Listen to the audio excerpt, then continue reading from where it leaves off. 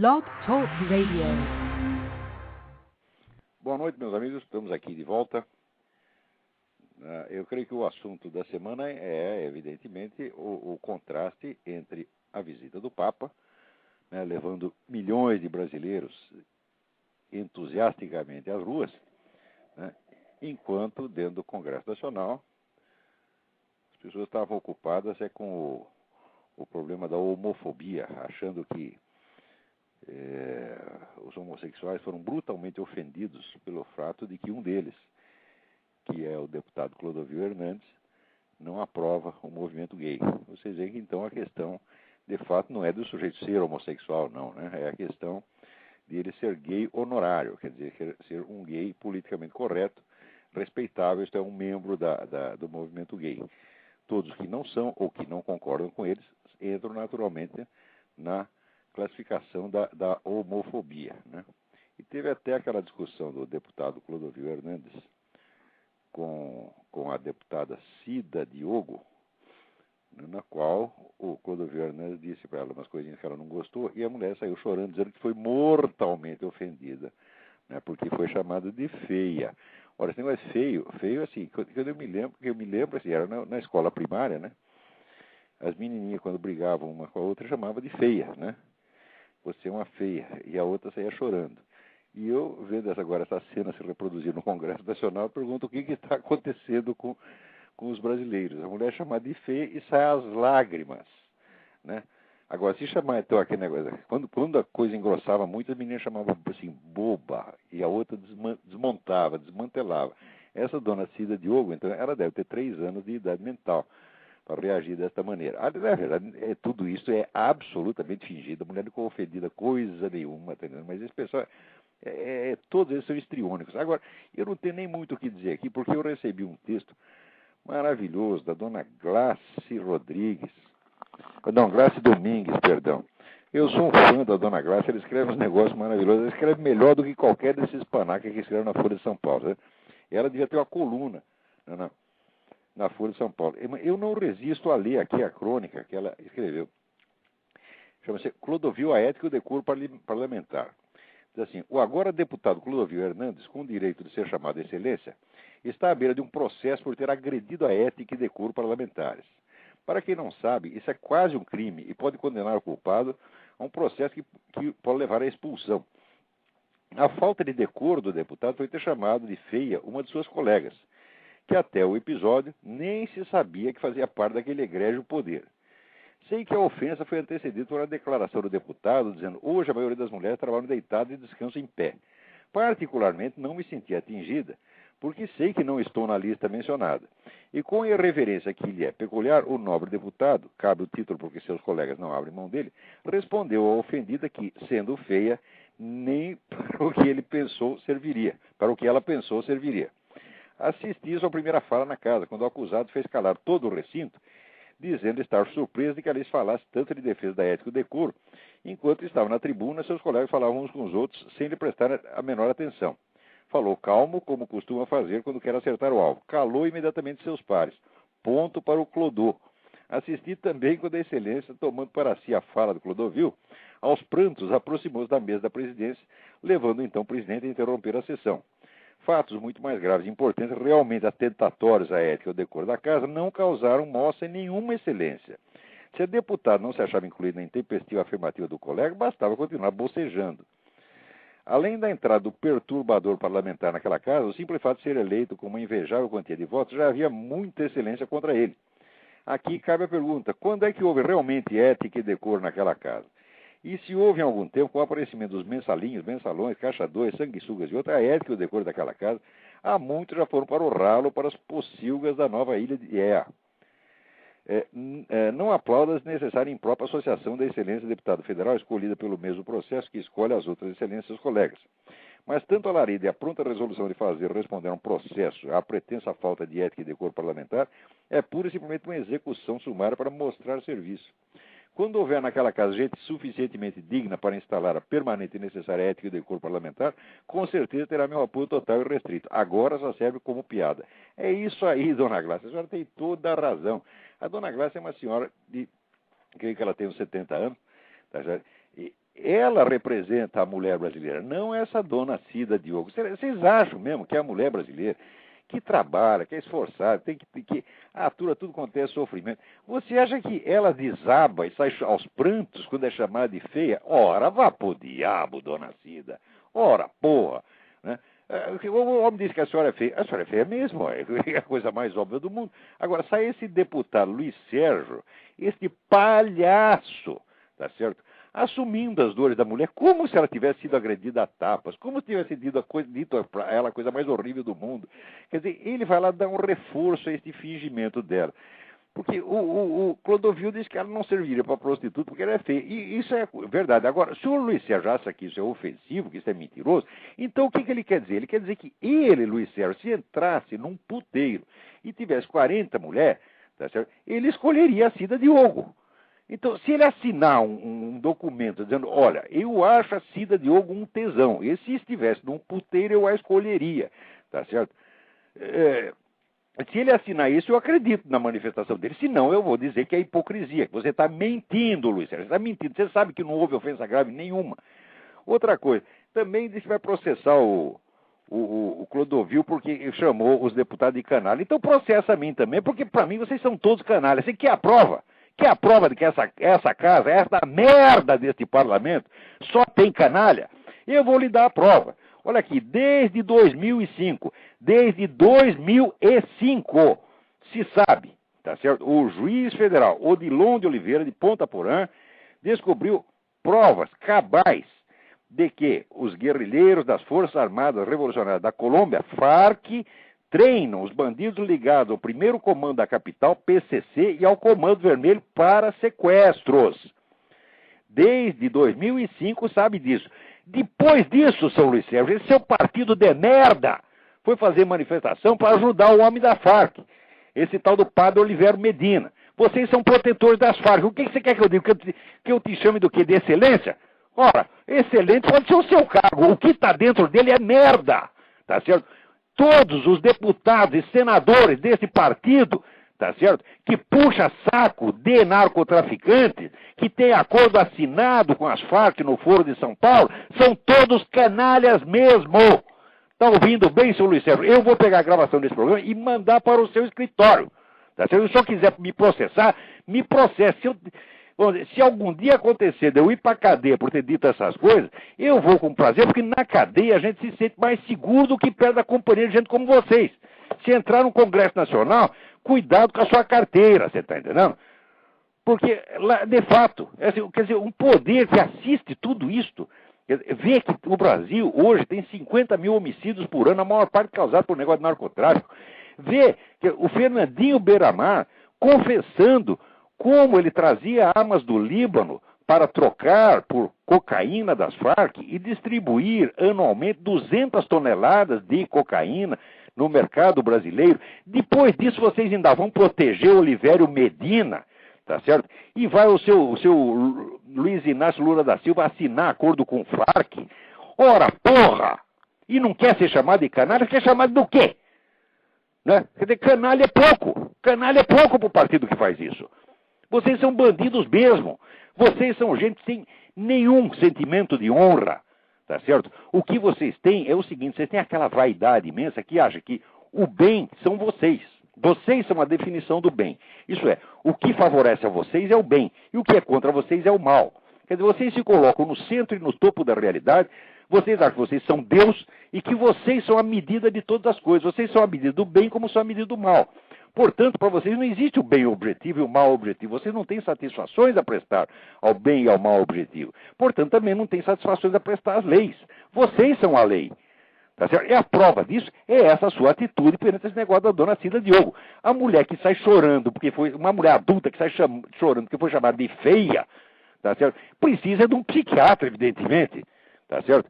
E o sujeito que leva a sério isso aí, ainda vai defender a mulher, é um palhaço, é um ator. Você é um ator, Luiz Sérgio. Você não é sincero nisso de maneira alguma. Você sabe, primeiro, você sabe que a mulher é feia mesmo. Segundo, você sabe que chamar de feia não é nenhuma ofensa mortal. E se chamasse de outra coisa, se dissesse um palavrão, nunca ninguém mandou você tomar no cu? Pois eu mando agora. Tá certo? Agora, Eu acho assim, vai tomar no cu é assim, a frase que responde a todas as perguntas. Aliás, agora não precisa nem falar a frase, porque agora já tem inversão musical. É uma musiquinha, tem uma melodia toda romântica, só que a letra é vai tomar no cu da primeira à última palavra. E eu acho que, eu não tenho certeza, porque eu não entendo muito de música popular, mas eu acho que foi gravado pelo esse conjunto Adriano e a rapaziada. É muito engraçado, se vocês eu ouçam, tá certo? E eu, se eu tivesse aqui uma gravação, eu mandava uma cópia para esse deputado Luiz Sérgio, porque é a única resposta.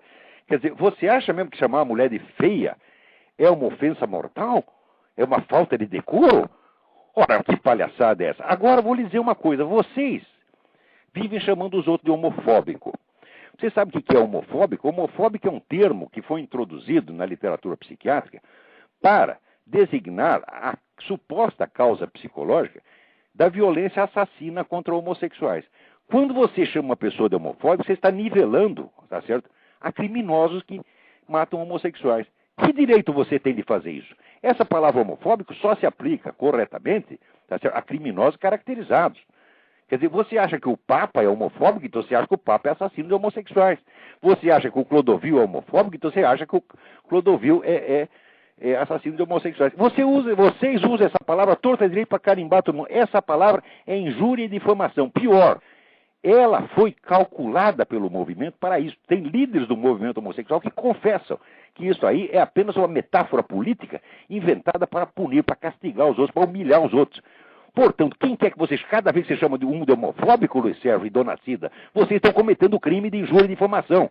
Agora, é uma coisa assim, tão assintosa, tá certo? Que as pessoas fazem, elas nem querem perceber o que vocês estão falando. Elas não querem sentir a gravidade do que... O próprio ofendido não quer sentir a gravidade do que eles estão falando. E com isso, vocês vão conquistando o direito ao crime. Vocês podem injurar e difamar quem quiser, nunca serão processados. Pois eu agora faço um apelo. Quem quer que seja chamado de homofóbico, estude o sentido da palavra e veja do que você está sendo chamado. Você está sendo chamado de assassino. Isso é imputação de crime. Isso é mais do que injúria e difamação. Isso é calúnia. Me chama de homofóbico, seu filho de uma puta, que eu te meto um processo. Tá? Oh, que merda. Pô, que há, pô? Ninguém mais tem coragem nesse país? Será que o único nego macho que tem dentro do Congresso é o Clodovil? Ora, porra! Toma uma vergonha na cara, seu Luiz Sérgio. Dona Cida, para com esse teatro ridículo. Tenha um pouco de respeito por si mesma. Se comporte como um parlamentar. O parlamentar não sai chorando porque foi chamado de feio. Que coisa mais... Vocês querem transformar isso numa palhaçada? Ora, meu Deus do céu. Por que a gente tem que ter paciência com esse lixo de gente, com esse tipo de merda falante? Porque isso aqui merda também fala. Na escala da evolução animal, das amebas até o ser humano, quando chega no plano do cocô, o bicho já sai falando, porra. Tá, não dá para aguentar. Bom, agora, enquanto você fazia essa palhaçada dentro do Congresso, o povo, aos milhões na rua, foi mostrar em quem ele confia. Ele confia na igreja, confia no Papa, e vocês não. Note bem, chamá-los de canalha não é nada demais. Por quê? Todas as pesquisas feitas a esse respeito mostram que o povo brasileiro não confia em vocês, não considera vocês confiáveis, mas considera a igreja confiável. Então, quem são vocês para julgar uma pessoa que, em nome da religião, discorda de vocês? Vocês não são nada, tá certo? Vocês é um bando de mosquito, tá certo? Fica girando em torno desse cocô que é o parlamento. Nesse edifício horroroso, tá certo? Né? Que parece dois pinicos, um pinico para baixo, um pinico para cima, feito por aquele comunista safado do Oscar Niemeyer, que seguiu exatamente as instruções clássicas da arquitetura comunista. Quer dizer, fez esse edifício para encher de gente como vocês mesmo. Quer dizer, vocês estão no lugar certo, não posso negar. Ai. Bom, vamos até mudar de assunto, porque esse negócio enche o saco demais. Agora, que o Wilson Arruda me manda uma pergunta, é o seguinte: eu gostaria de compreender melhor um aspecto da formação do filósofo Xavier Zubiri e, por conseguinte, da sua filosofia. Agradeço desde já por sua resposta. Segundo Julián Marias, na História da Filosofia, seu livro História da Filosofia, Zubiri teve como principais mestres Ortega y Gasset, Juan Zaragoza e Martin Heidegger. Ele naturalmente sofreu a influência desses três filósofos na concepção da sua filosofia. Minha questão se refere à influência do magistério de Heidegger sobre a gênese da filosofia zubiriana, já que após a publicação de Ser e Tempo, Zubiri foi seu aluno em Friburgo, de 1929 a 1931. Isso me ocorreu após ler o Mário Ferreira dos Santos, Filosofia Concreta, tomo 1, onde o filósofo brasileiro demonstra a confusão de Heidegger ao tratar das determinações do ser. Confusão ocasionada pela incapacidade de fazer certas distinções que ele poderia ter feito se tivesse estudado os escolásticos devidamente, pois esse já tinha estabelecido tais distinções séculos antes. Ora, se Heidegger não conheceu os escolásticos tanto quanto deveria, ficando, por isso, sem o domínio do status questiones, a ponto de fazer aquela confusão, e sendo ser e tempo sua obra principal, haverá, contudo, algum aspecto da filosofia de Zubiri que possa ser considerado como resultante da influência do pensamento de Heidegger? Muito bem, a resposta é que naquilo que Zubiri publicou em vida, porque Zubiri já publicou um livro, na verdade, que foi Naturaleza, História de Deus, Natureza, História de Deus. Nesse livro você ainda vê a marca, assim, vagamente heideggeriana, mas acontece que depois teve o negócio do regime franquista. O regime franquista não gostava daquele pessoal da Universidade de Madrid, mandou todo mundo para casa. Uns foram para o exílio, né, como o próprio Ortega y Gasset, e o Zubiri preferiu ficar na Espanha lecionando para grupos privados dentro da casa dele. Nada mais publicou até morrer. Depois de morrer, começaram a publicar os cursos dele.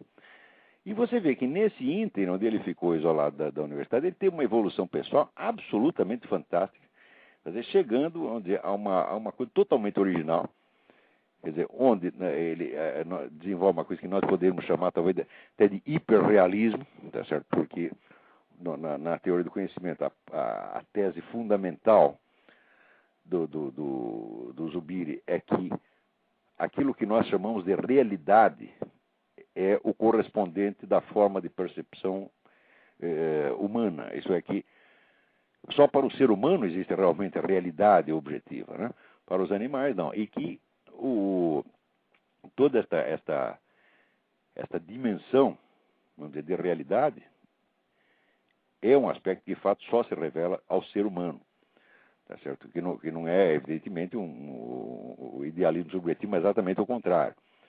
Ele diz que já existe, essa dimensão de realidade já existe para o ser humano, mesmo na percepção sensível. Partindo então dessa base epistemológica, o Zubiri vai, de certo modo, levar o realismo filosófico às últimas consequências. Então isso aí é tão diferente de Heidegger que não tem nem mesmo como fazer uma comparação. Mas o primeiro livro dele, que é curiosamente o livro mais conhecido, que é Naturaleza, História de Deus, ainda existe uma marca de Heidegger, mas esqueça isso porque o Zubiri, a forma final do Zubiri não tem nada a ver com isso. Peraí, tem alguém na linha aí, vamos lá. Alô, Olavo? Eu? Oi, aqui é Zé Roberto, eu sou estudante de Direito no Rio. Oi, tudo bem? Tudo bom.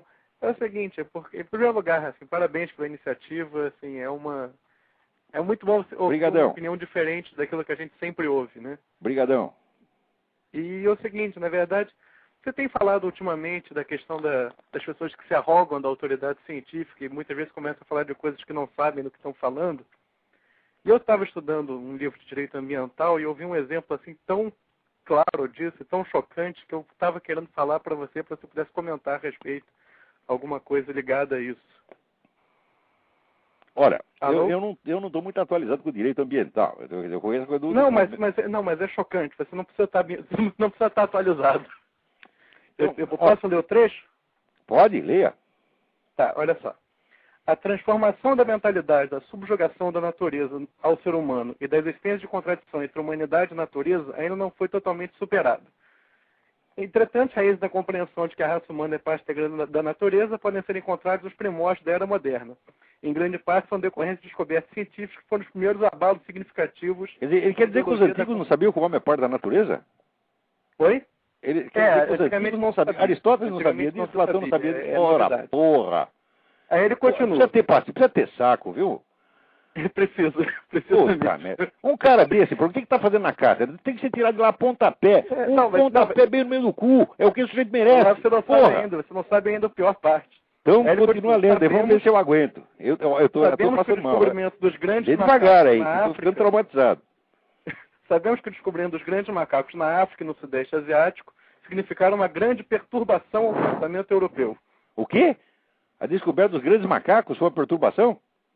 Isso. Isso. E aí tem a chave de ouro. Ele tá dizendo isso aí em causa própria. É evidente. Ora, porra. Tá certo. Aí ele termina dizendo: o grande naturalista Linneu deu um importante passo para a consolidação no entendimento da integração do homem ao reino natural, ao classificar o ser humano como primata, que, como é do conhecimento de todos, é uma ordem que inclui até morcegos. Vale notar que dentro do gênero no qual o homem se inclui, Homo, encontra-se o orangotango. Todas as evidências... Não tem a menor dúvida de que o orangotango está lá. E está aí uma coisa certa, viu? Ó, você pode dizer que esse sujeito é inteiramente coerente. Tá certo. E ele fala, todas as evidências científicas demonstram inequivocamente que a humanidade é apenas parte integrante da natureza. Entretanto, olha, que a humanidade é parte integrante da natureza. Quer dizer, como é que o sujeito escreve um negócio? Ele acha que precisou milênios para os caras descobrir que a humanidade é parte integrante da natureza? Ora, meu Exato. Deus do céu. Mas assim, uma evidência científica mas muito abismo, mas assim, um abismo de ignorância insondável. Insondável. É impressionante, eu fiquei chocado realmente. Olha, quando você vê assim... o manto da ciência... Né, Aristóteles já considerava, por exemplo, a psicologia, o estudo da alma humana, uma ciência natural. Ele fica dentro das ciências naturais. E toda a perspectiva de Aristóteles é do homem encaixado na natureza.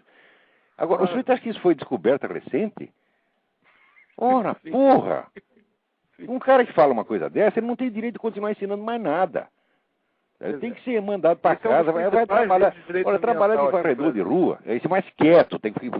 Puta vida, mesmo varrendo rua, a gente ainda pode abrir a boca e falar besteira, né? Pode conversar com o lixo. Né? Então, ele, porra, o que fazer com esse camarada? O mais importante do ensino de direito ambiental no Brasil.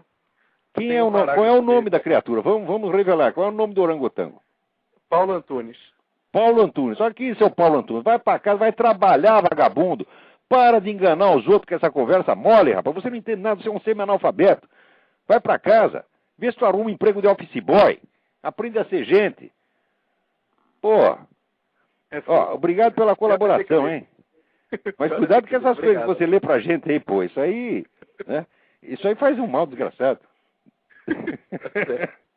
Tá precisando expurgar de algum jeito. Muito obrigado. Obrigado eu. Tchau. Tchau, tchau. Agora está aqui o Mário de Assis. Pergunta aqui: o senhor costuma indicar a History of Philosophy de Frederick Copleston e a História da Literatura Ocidental de Otto Maria Carpo como obras gerais de referência particularmente recomendável para o estudo de seus respectivos campos. O senhor conhece no campo da história da ciência algum livro equivalente em escopo, profundidade e qualidade a essas mencionadas? Na ausência de uma obra única de envergadura similar, haveria um conjunto de obras que propiciassem um conhecimento global sólido. Olha aqui, Mário, é o seguinte, de fato não existe como obra de conjunto, não existe nenhuma que se compare a isto, tá certo? Em abrangência existe o famoso livro de Lynn Thorndike. Né? Thorndike é Thorndye, que chama a History of Magic and Experimental Science, História da Magia e da Ciência Experimental, que é um livro monumental, mas ele não chega a ter, vamos dizer, aquela unidade de enfoque assim, contínuo que tem o Carpo. Né? E ele também não é tão completo quanto o Copleston. Por quê? Porque o negócio para ali no século XVIII. Quer dizer, eu não sei se o autor não terminou a obra ou se nunca foi publicado. Tá certo? Mas é um livro que eu recomendo, é um livro indispensável. Um outro que eu recomendo ardentemente é Le Système du Monde, de Pierre Duhem. Duhem escreve D-U-H-E-M. Le Système du Monde, o Sistema do Mundo, que é uma história das visões do mundo. Tá certo? Uma história das doutrinas cosmológicas. Então, não é uma história da ciência como um todo, mas é uma história, vamos dizer, do arcabouço geral da visão científica do cosmos, mas também não chega até a modernidade. Eu acho que o autor morreu antes de terminar, mas é uma obra magistral. Uma outra coisa que eu recomendo são todos os ensaios científicos do Arthur Koestler. Arthur Koestler, o escritor húngaro, exilado na Inglaterra, que se tornou um grande escritor inglês, escreve, que é uma coisa maravilhosa, né?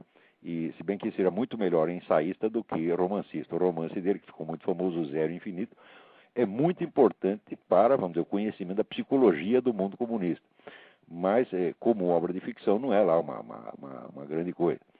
Mas os livros de memórias, os ensaios, sobretudo os ensaios sobre ciências, são magistrais. E ele, inclusive, escreveu um livro, Os Sonâmbulos, que é uma espécie de sistema do mundo mais interpretativo e filosófico do que o Durkheim e menor.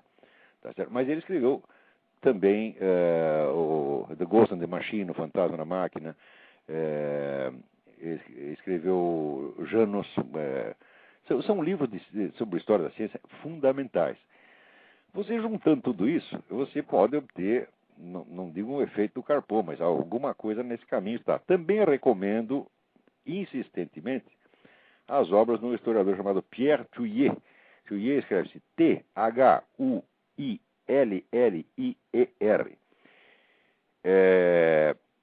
Ele escreveu um livro que se chama D'Archimedes a Einstein, de Arquimedes a Einstein, tá certo? Que é uma história das anomalias que acompanham o desenvolvimento da ciência. Hoje em dia as pessoas têm uma noção muito fetichista do que é ciência. Imagino que, por um lado, existe misticismo e fundamentalismo, etc. Por outro lado, existe um negócio chamado ciência. Isso é uma estupidez. Isso aí é só Rodrigo Constantino ou Emir Sader que pode achar uma coisa dessa, né? Na verdade, a história da ciência está repleta de elementos irracionais, confusos e mágicos, etc. Outro dia mesmo estava comentando que o fundador da Royal Society, que foi o primeiro grande templo da ciência moderna, era um sujeito que era alquimista, que era Elias Ashmole, macumbeiro, na verdade, né? E toda a história da ciência está repleta disso. E as pessoas não gostam de mostrar isso em público, elas gostam de dar a ideia de que existe aqui um negócio inteiramente racional chamado ciência, tudo bonitinho, limpinho, tá certo? E que não tem nada a ver com a parte mística, esotérica, etc. Isso é mais místico e esotérico ainda, porque isso é empulhação, isso é mentira mesmo. Né? Então, os livros do Pierre Thuillier são muito interessantes. Esse d'Archimedes Einstein é interessante, e Le Retour des Sorcières, O Retorno das Feiticeiras, também é um livro menor, mas muito interessante. E eu acho que com esse aí você pode mais ou menos compor, tá certo? E se você gosta da área, pense você mesmo em escrever isso. Vai levar uns 20, 30 anos, mas é um objetivo de vida maravilhoso, né? Quanta coisa a gente não acaba fazendo porque não existe, né? Não tinha antes. Não tinha antes, você mesmo acaba fazendo, tá certo? Esse meu livro que eu escrevi, o Jardim das Aflições, eu escrevi esse livro porque eu estava procurando um livro que respondesse aquelas perguntas. Daí, 20 anos procurando uma resposta, no fim falei, olha, já que ninguém fez, faço eu mesmo, tá certo? Então, não se preocupe assim, será que eu tenho capacidade? Ninguém precisa provar que tem capacidade para fazer aquilo que já fez. Depois de feito, você vê, né? Então, fica aí a sugestão, Mário de Assis. Obrigado pela sua mensagem aqui. Agora, tem um artigo aqui do doutor Emir Sader, né? Eu nem sei se eu comento, eu já falei tanto do Emir Sader, eu já xinguei tudo quanto é nome, tá certo? E não adianta, né? Ele é inabalável, né? Então, ele diz aqui: agora que o Papa se foi, é boa hora para nos perguntarmos de novo o que significa ser religioso. Olha, ele consegue, às vezes, ser tão sublime quanto o Frei Beto, né? Daí, mais adiante, ele diz o seguinte: necessitado de transcendência, prestem atenção, necessitado de transcendência, o homem cria e recria a religião e seus deuses, seres perfeitos, imortais, referência de valores, extraindo isso de si mesmo, para depois inverter a relação e passar de criador a criatura, tornando-se dependente e alienado. Esse é o mecanismo pelo qual o humanismo explica a religião. O homem livre, emancipado, quer dizer, ele próprio, não precisa de deuses e de religião de fetiches.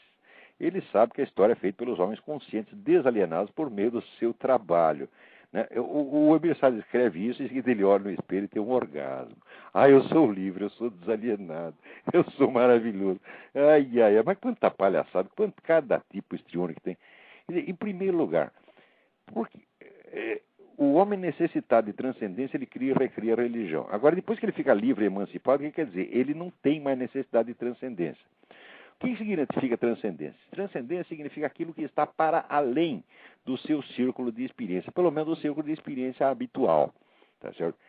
Isso quer dizer que, primeiro, quando você é um ser escravo, você necessita transcendência, você necessita pensar em algo que está para além do seu círculo de experiência. Depois, quando você está livre, aí você não tem mais transcendência, você fica só dentro do seu círculo de experiência habitual e acha que aquilo é tudo que existe. E, porra, mas isso é inversão total. Quer dizer, quando liberta o seu espírito, em vez de você olhar para mais longe, você só fica olhando para mais perto. Porra, Emir Sader, caralho, pensa um pouco no que você está escrevendo, né?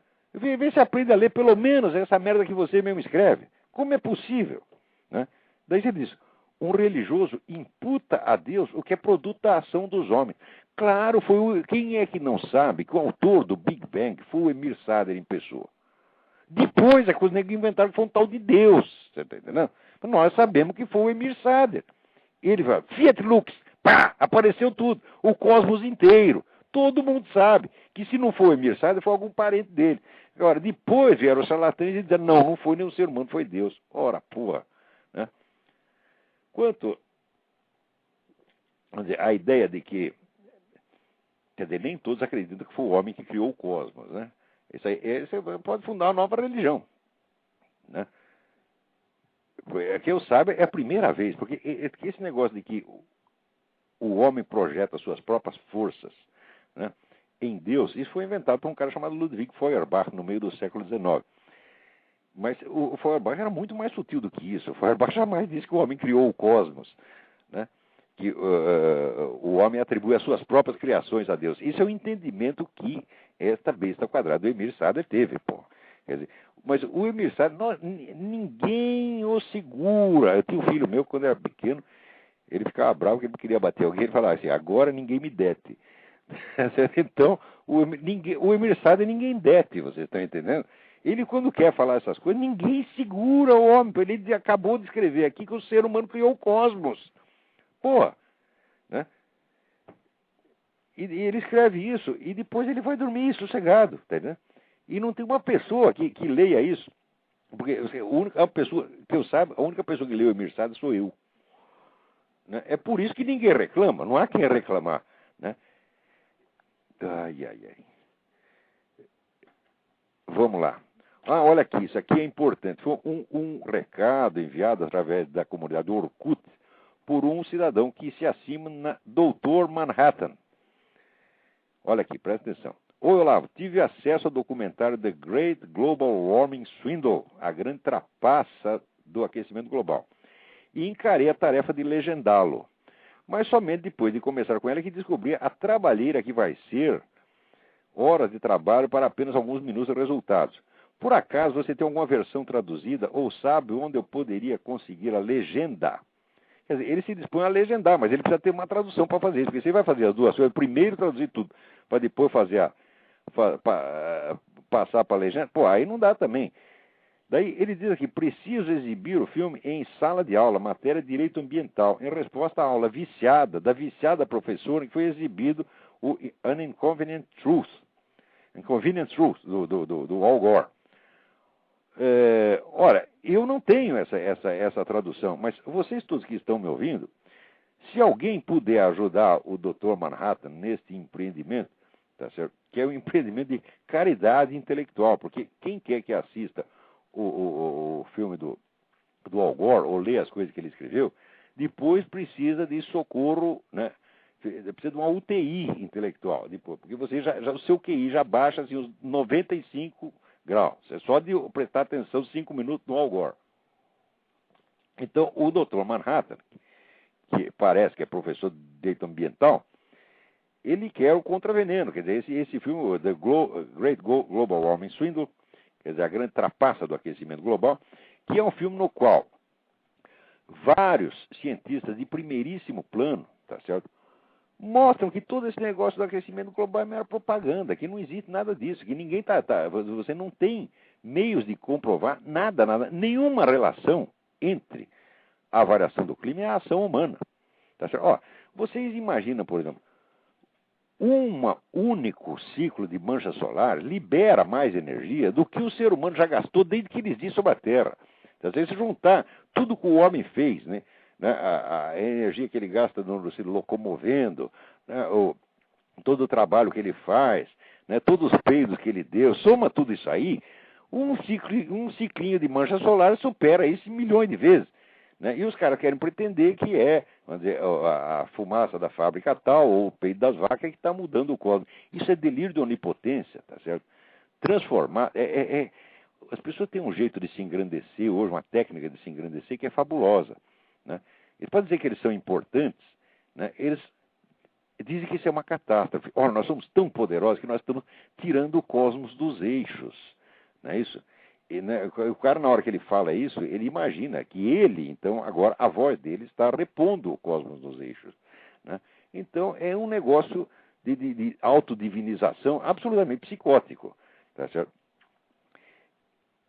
Então, esse filme, The Great Global Warming Swindle, ele desmascara esse negócio. É claro que, para fazer esse filme, não houve, né, esse apoio bilionário para fazer o filme, que houve para fazer o filme do Al Gore, não houve festa do Oscar, nem coisa nenhuma. Vocês acreditam que se fosse mesmo uma verdade inconveniente, já viu uma verdade inconveniente sair na primeira parte do New York Times, tá, ser celebrado por todo mundo, ser financiado pelo George Soros, toda esta, vamos dizer, esta elite mundial repentinamente, né, proclamando uma verdade inconveniente? Ora, porra, o próprio título já é uma gozação.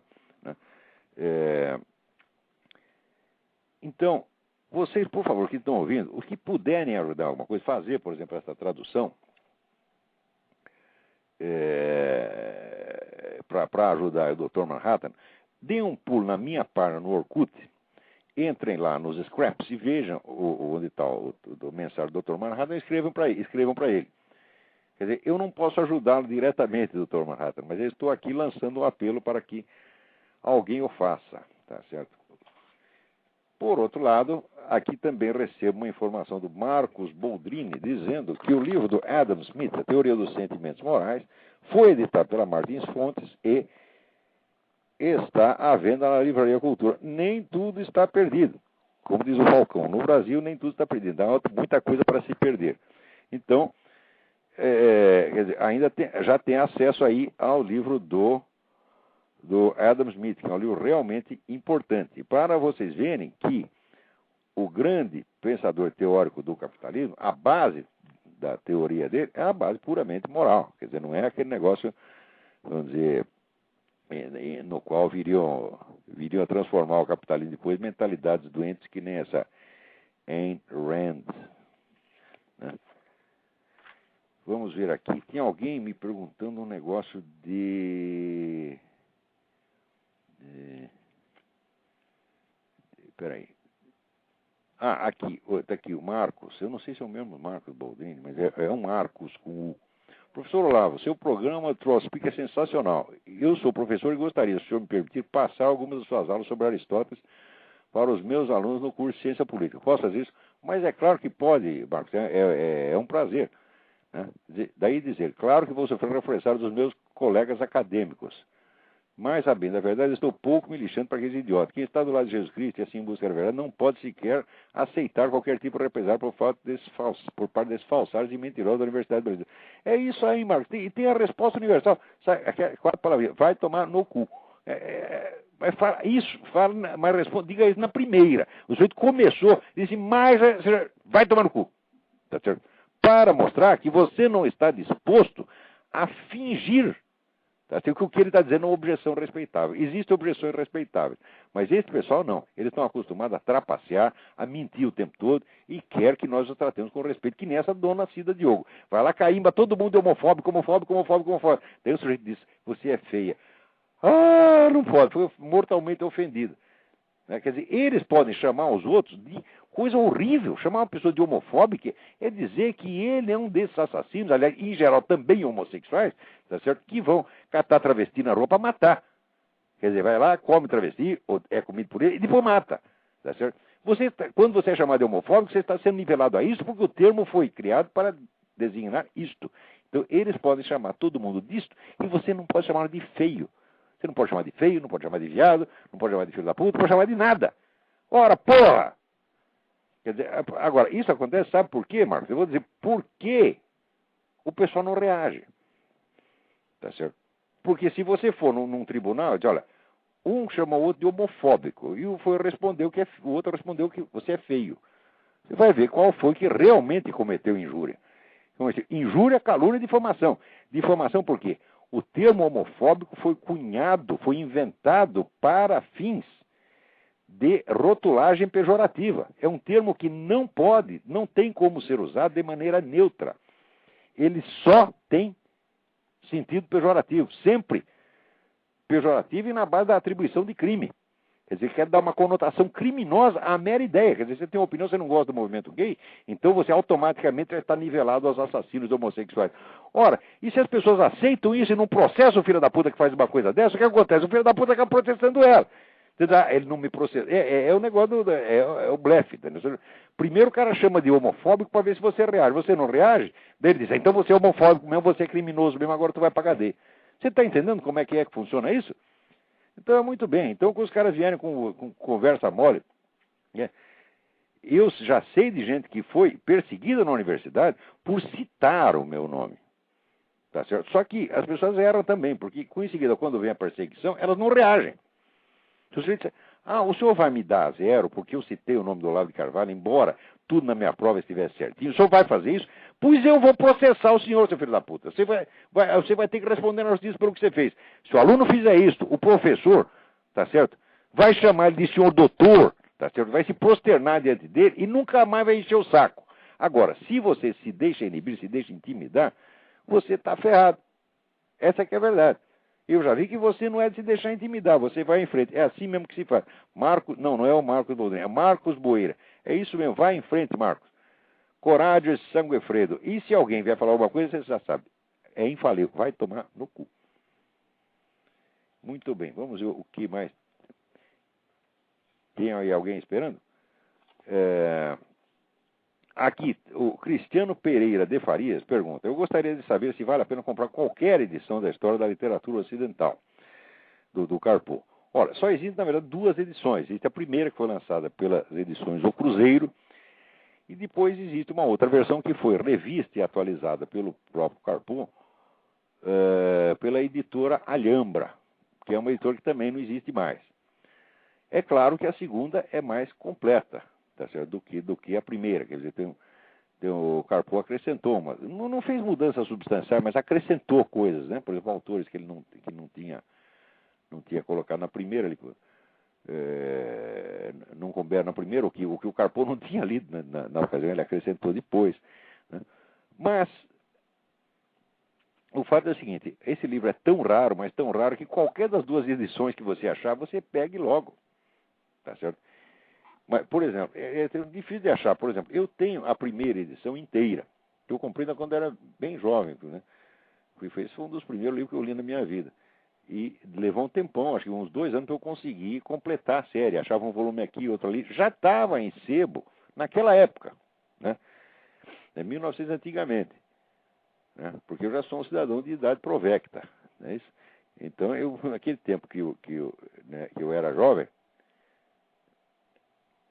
não, peraí, minha mulher está pegando o livro. Não precisa pegar não, está tudo bem.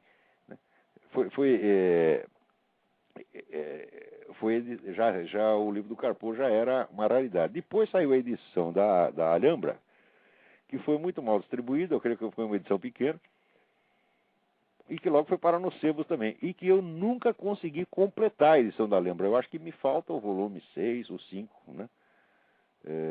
Um deles me falta. Então, qualquer um dos que você achar, você pegue enquanto é tempo, tá certo? Não vai fazer muita diferença, não.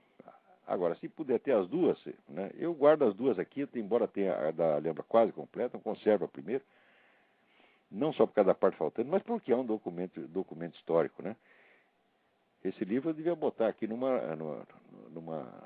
esse e o do Mário Ferreira, né? Botar numa redoma aqui, com uma placa comemorativa, tá? Porque esses livros, os livros do Otto Maria Carpo, o livro do Miguel Real, o livro do Gilberto Freire, o livro do Mário Ferreira, sobretudo do Mário Ferreira, esse livro justifica a existência do Brasil. Quando ninguém mais lembrar onde fica o Brasil, aí que vão descobrir o Mário Ferreira, tá certo?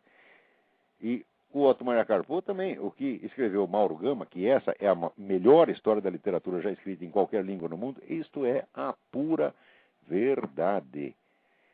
Quer dizer, o Carpo, como historiador de literatura, era um gênio assombroso.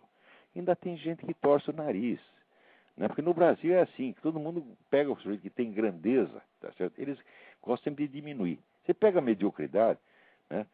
No caso medíocre você se sente bem. Se o cara está abaixo de medíocre, que nem o Dr. Emir Sader, aí o pessoal respeita, tá certo? Se é uma besta quadrada, que nem o Frei Beto, aí tu merece até estátua em praça pública. Agora, quando aparece alguém que tem verdadeira grandeza, o que eles querem fazer? Querem matar.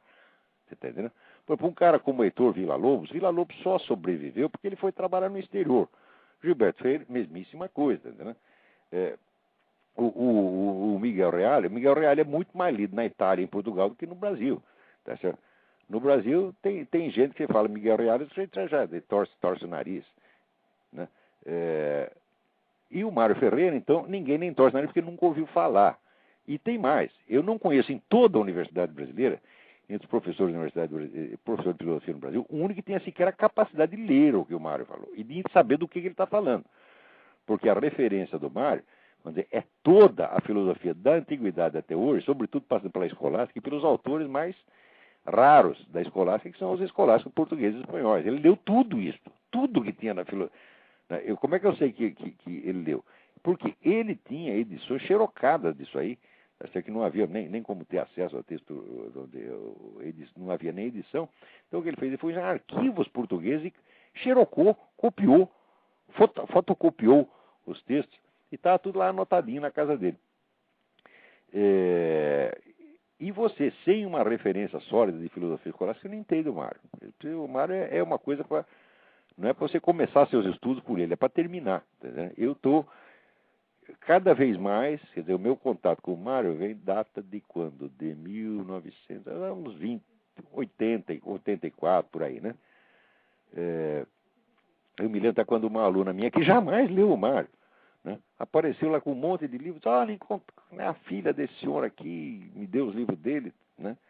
Eram umas edições horrorosas. Eu peguei aquilo na mão, no começo não acreditei que os livros bons pudessem ser tão mal editados, mas depois, quando eu comecei a ler, eu falei, pô, esse camarada ele é completamente louco, ele é o maior filósofo do universo.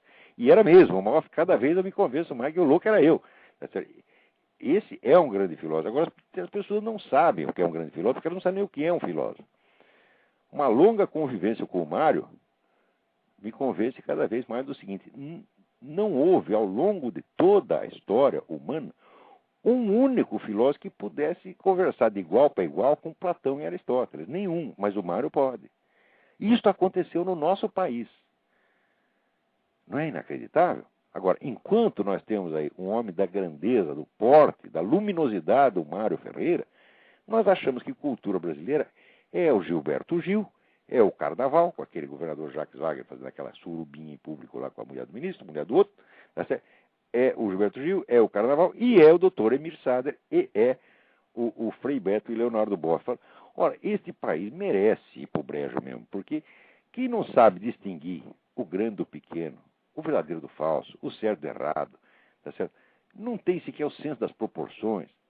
Até para saber que perante um homem como Mário Ferreira, a gente tira o chapéu e só fala dele com muito respeito, tá certo? As pessoas que não sabem isso, elas acabam respeitando exatamente o que não merece respeito. Por que você acha que acontece esse negócio dessa dona Cida Diogo? Porque as pessoas não têm a medida do que é respeitável e do que é desprezível. Eles trocam. Eles pegam a coisa mais desprezível, tá certo? Que é a frescura de uma mulher se fazendo ofender porque foi chamada de feia. E eles respeitam isso profundamente. Dizem, eu respeito profundamente o sentimento do deputado Cida Diogo. Tá? Eles não sabem o que respeitar. Eles são pessoas pervertidas, mentalmente pervertidas, vem tudo ao contrário. Então é claro que não pode haver lugar na cultura brasileira para um homem como o Mário. O Mário é maior do que o Brasil. Tá certo? Então é a mesma coisa que você... Olha, Sócrates não era maior do que a cidade de Atenas que o condenou, então Mário Ferreira é maior do que o país que o ignorou. Então, muito bem. Então, se não tem ninguém aí para não responderam mais nada, então eu vou encerrando. Peraí, antes disto, não foi só a dona Glass que escreveu sobre o negócio das mulheres ofendidas. Aqui temos também uma crônica da Cristina Fontenelle. Por ser mais comprida que a da Dona Glácia, eu não vou ler inteiro, mas chama-se aqui Mulheres Ofendidas. Eu não posso ler inteiro, mas tem o blog aqui da Cristina Fontenelle, que é http://Cristina com CH, Fontenelle com 2 Ls.blogspot.com. Vou repetir, Cristina com CH, Fontenelle com 2 Ls.blogspot.com. Não deixem de ler esta crônica chamada Mulheres Ofendidas. Aqui. A Dona Glácia e a Cristina deviam ter colunas nos principais jornais brasileiros. Tá certo? Em vez desse Emir Sader que não sabe nem escrever. E que não sabe nem ler o que ele escreve um negócio numa linha. Na seguinte ele desmente e não percebe. Esse sujeito não tem continuidade, não tem concentração suficiente para ler o seu próprio artigo. Quer dizer, está no nível do psicastênico, você está entendendo? É um negócio, é um problema clínico. Não é um problema, nem sequer maior problema clínico. Eu cada vez mais me convenço, né, de que esse negócio todo não é doença espiritual no sentido que falava o Eric Voegelin. Né? O Eric Voegelin chamava de doença espiritual, acho que porque ele era um sujeito muito bem educado. Porque, olha, tem 2 livros aqui que eu vou encerrar o programa recomendando esses dois livros, só para vocês tirarem. Um chama-se The Liberal Mind, The Psychological Causes of Political Madness. A mente liberal. Liberal aqui nos Estados Unidos quer dizer esquerdista, quer dizer a mente esquerdista. As causas psicológicas da loucura política. O autor chama-se Lyle Rossiter Jr. Lyle é L-Y-L-E. Rossiter é R-O-S-S-I-T-E-R. Jr. The Liberal Mind. E o outro, que já é um clássico, chama-se Ideologies and the Corruption of Thought, de Joseph Gabel. Na verdade é um livro, é um autor francês, né? Joseph Gabel. Mas eu li esse livro só Ele tem um livro famoso, clássico, chamado La Fausse Conscience. Depois ele aprofundou La Fausse Conscience neste livro aqui, cujo título original francês eu não sei como é, mas que foi traduzido aqui como Ideologies and the Corruption of Thought. Esses 2 autores, que são médicos psiquiatras, eles mostram para vocês que a estrutura de pensamento dessas ideologias é idêntica de um delírio esquizofrênico. Aquele mesmo tipo de raciocínio circular. Circular é autofundante, tá certo? Que o próprio discurso vira fundamento de si mesmo. Né? Mais ou menos como... e que reflete esse mesmo tipo de raciocínio do Emir Sader. Tá certo? De que o homem criou o universo e depois inventou Deus. Quer dizer, não contente de ter... O Emir Sader criou o universo e depois, não contente com isso, ele mesmo inventou Deus. Não é isso? É claro que isso é coisa de maluco. E se o sujeito acredita realmente nisso, ele não está mesmo bom da cabeça. Tá certo? Agora, nós continuamos a tratar essas pessoas como se fossem normais, tá certo?